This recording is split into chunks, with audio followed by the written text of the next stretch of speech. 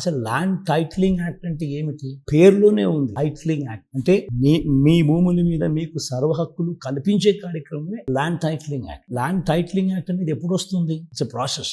రాష్ట్ర వ్యాప్తంగా ఉన్న 17,000 రెవెన్యూ విలేజెస్ లో రికార్డ్స్ అన్ని కూడా అప్డేట్ కావాలి. ప్రతి రెవెన్యూ విలేజ్ లో సర్వే పూర్తి కావాలి, సబ్ డివిజన్స్ అప్డేట్ కావాలి, మ్యూటేషన్స్ అప్డేట్ కావాలి. ఆ తర్వాత ఆ డాక్యుమెంట్స్ ఆ రైతులకు చేతిలో పెట్టాలి. ఈ భూ యజమానులకు గానీ ఈ రైతులకు గానీ గవర్నమెంట్ ఇచ్చే భరోసా నీ టైటిల్ అబ్సల్యూట్లీ క్లియర్ టైటిల్. నువ్వు ఎవరికైనా ఈ భూములు అమ్మచ్చు. చేసేటప్పుడు నీకు ఎటువంటి సమస్య వచ్చినా టైటిల్స్ లో ఫాల్ట్ అనేది ఎక్కడైనా కనిపించిన government guarantee. Land titling act లో దిస్ టైటిల్ ఇన్సూరెన్స్ యాక్ట్ కూడా. This is the biggest reform.